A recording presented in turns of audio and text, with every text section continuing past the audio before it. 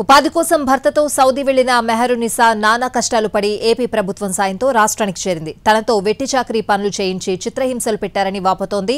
జీతం డబ్బులు కూడా ఇవ్వకుండా తన పాస్పోర్ట్ లాక్కొని పస్తులుంచారని ఆవేదన వ్యక్తం చేస్తోంది. మస్కట్లో దయనీయ జీవితం గడుపుతున్న తన భర్త జుబేర్ను స్వరాష్ట్రానికి తీసుకురావాలని వేడుకుంటోంది.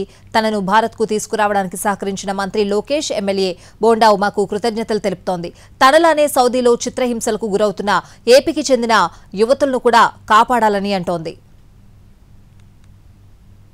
మాయమాటలు చెప్పి సౌదీ పంపుతున్న ఏజెంట్లపై కఠిన చర్యలు తీసుకోవాలంటున్న మెహరునిసాతో మా ప్రతినిధి Srikanth face to face. Saudi వెళ్ళి అక్కడ చిక్కుకున్నటువంటి జుబేర్, అతని భార్య మెహరునిసాకి సంబంధించిన విషయంలో ప్రస్తుతం మంత్రి నారా లోకేష్, అదేవిధంగా విజయవాడ సెంట్రల్ ఎమ్మెల్యే బోండా ఉమా కూడా అక్కడ ఎంబసీ అధికారులతో మాట్లాడిన నేపథ్యంలో అక్కడ నుంచి ఆచూకీ లేకుండా పోయింది నా భార్య అని చెప్పి జుబేర్ కూడా చెప్పిన మెహరునిసా ప్రస్తుతం భారత్ చేరుకున్నారు. విజయవాడ కూడా వచ్చారు. ప్రస్తుతం అక్కడ ఇబ్బందులు ఏ విధమైన పరిస్థితిని ఎదుర్కొన్నారనేది మెహరునిసాతో మాట్లాడదాం. ఏంటండి అసలు మీ భర్తతో పాటు మీరు వెళ్ళారు,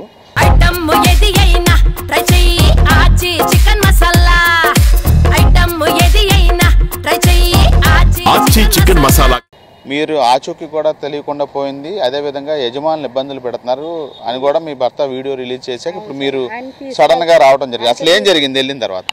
ఆయన తీసుకెళ్తానని చెప్పారు సార్ మా ఏజెంట్ వాళ్ళు. అక్కడ వెళ్ళాక ఆయన దగ్గర పెట్టలేదు సార్, నాకు వేరే మస్కట్ అనే ఊరికి పంపించేశారు సార్.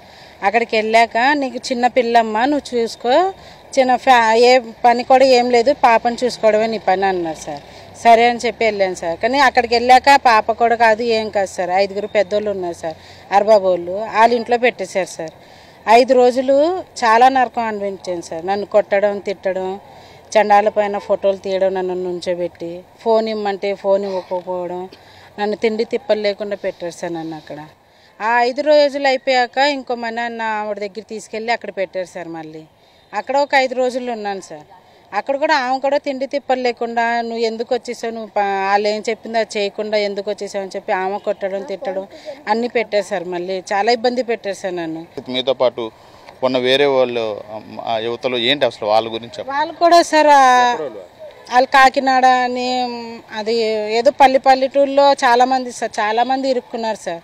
వాళ్ళు ఇరుక్కుని ఇప్పుడు వెళ్ళిపోదాం అన్నా కూడాను 2 లక్షలు కట్టేసి వెళ్ళండి, లేకపోతే మేము చెప్పినట్టు మీరు చేస్తేనే ఉంటారు ఇక్కడ, లేకపోతే మిమ్మల్ని చంపేస్తామని చెప్పి బెదిరిస్తున్నారు సార్ అక్కడ. నన్నే అదే అన్నారు సార్.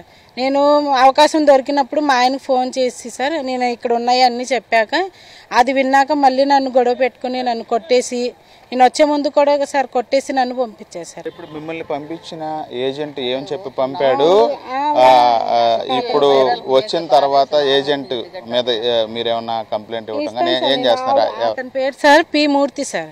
ఆయన మంచిగా అని చెప్పి పంపించారు సార్. చాలా మందిని అలా పంపించి ఆడపిల్లల్ని చాలా మోసం చేసి పంపిస్తున్నారు సార్. అతన్ని మాత్రం వదలకండి సార్. అసలు చాలా ఆయన మీద కేసు తీసుకోండి సార్ మీరంతా. ఎందుకంటే ఆడవాళ్ళని చాలా హింస పెడుతున్నారు సార్. అక్కడ పంపించి ఇలాగని చెప్పి ఒక మాట చెప్పి పంపించి చాలా మంది ఆడపిల్లల్ని ఉసురు పోసుకుంటున్నారు. మెహరునిసాతో పాటు కాకినాడ ఆ పరిసర ప్రాంతాల్లో ఉన్నటువంటి కొంతమంది యువతలు కూడా సౌదీలో చిక్కుకున్నారు కాబట్టి వాళ్ళకు కూడా ఇక్కడికి తీసుకురావడానికి చర్యలు తీసుకోవాల్సిన అవసరం ఉందని అయితే మనకు అర్థమవుతుంది. కెమెరా పర్సన్ కోటితో శ్రీకాంత్, ఎన్టీవీ, విజయవాడ నుంచి.